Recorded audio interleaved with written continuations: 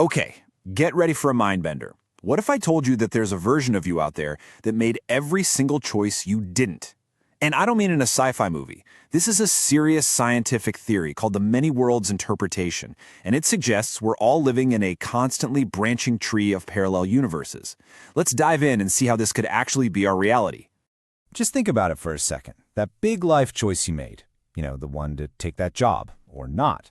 To move to a new city, or to stay put. Well, the many worlds theory says you did both. In the very instant you made your decision, reality itself split in two, creating a whole new parallel universe where another you is living out the consequences of the other path. And this incredible idea, it wasn't just made up for fun. It was proposed to fix a really fundamental problem in how we understand the universe. So why on earth would scientists need to invent infinite universes? Well, it's because for about 100 years now, physicists have been completely stuck on a paradox right at the heart of reality. It's called the measurement problem, and it basically boils down to this.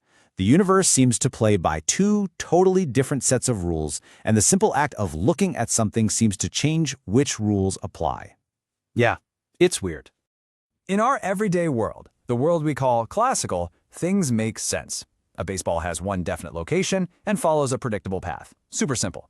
But when you zoom way down to the quantum level, reality just gets bizarre. A tiny particle isn't in just one place. It exists in what's called a superposition, which is like a ghostly cloud of all its possible locations at once. So the big conflict is, how does this fuzzy, probabilistic quantum haze magically turn into the solid, predictable reality we all experience? For decades, the standard explanation was something called wavefunction collapse. The idea was that the moment we observe a quantum particle, its cloud of possibilities just collapses, forcing it to pick one single state to be in. But here's the thing. Physicists have always kind of hated this idea. Why? Because it suggests that our act of observation somehow breaks the fundamental laws of physics. It's like saying the rules of the universe literally change just because someone's watching. And that sounds a lot less like science and a whole lot more like magic. And then, back in 1957, a brilliant and pretty bold graduate student named Hugh Everett III came along and asked a really revolutionary question. What if the collapse never happens at all? What if nature never has to choose just one outcome? And that right there, that is the stunningly simple core of the many worlds interpretation. Everett proposed that the wave function, the mathematical object that contains all possibilities, never collapses. Instead of one outcome becoming real and the others vanishing, he said all of the outcomes become real. The universe simply splits, creating a brand new parallel reality for every single possibility.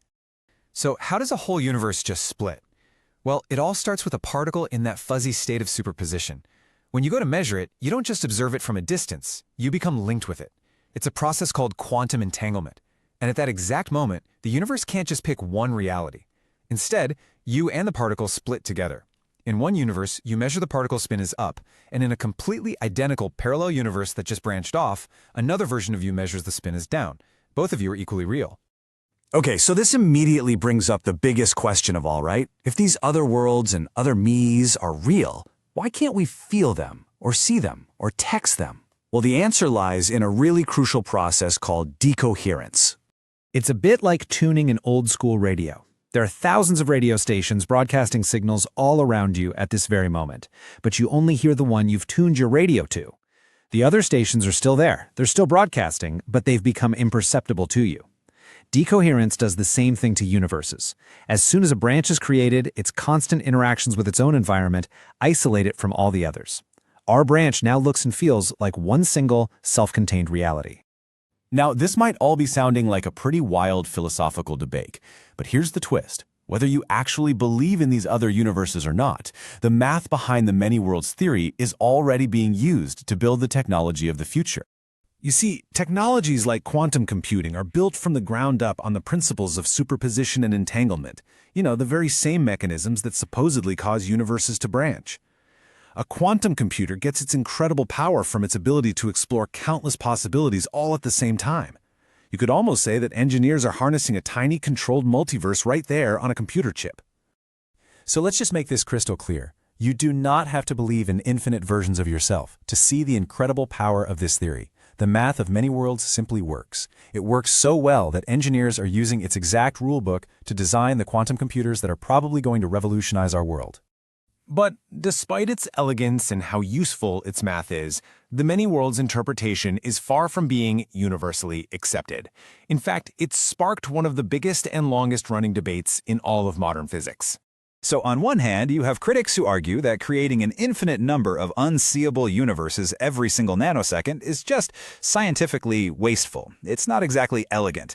They also point to tricky unresolved problems like, how can you even talk about the probability of something happening if every possible outcome actually happens somewhere? But the supporters fire right back that many worlds is actually simpler and more elegant, because you get to throw out that weird magical collapse rule and just describe all of reality with a single unbroken law of physics. And this is absolutely not a settled question. The debate is still raging today between supporters of many worlds, the old-school Copenhagen interpretation, and a few other alternatives. And you know what? This ongoing discussion is a good thing. It's what continues to push our understanding of reality to its absolute limits. So we're left with this absolutely staggering thought. The next time you face a choice, big or small, are you just steering your life down one single path? Or are you actually the origin point for a whole new universe, bringing another version of your own story into existence? The answer might be all around us, hidden in the silent branching pathways of a truly infinite reality.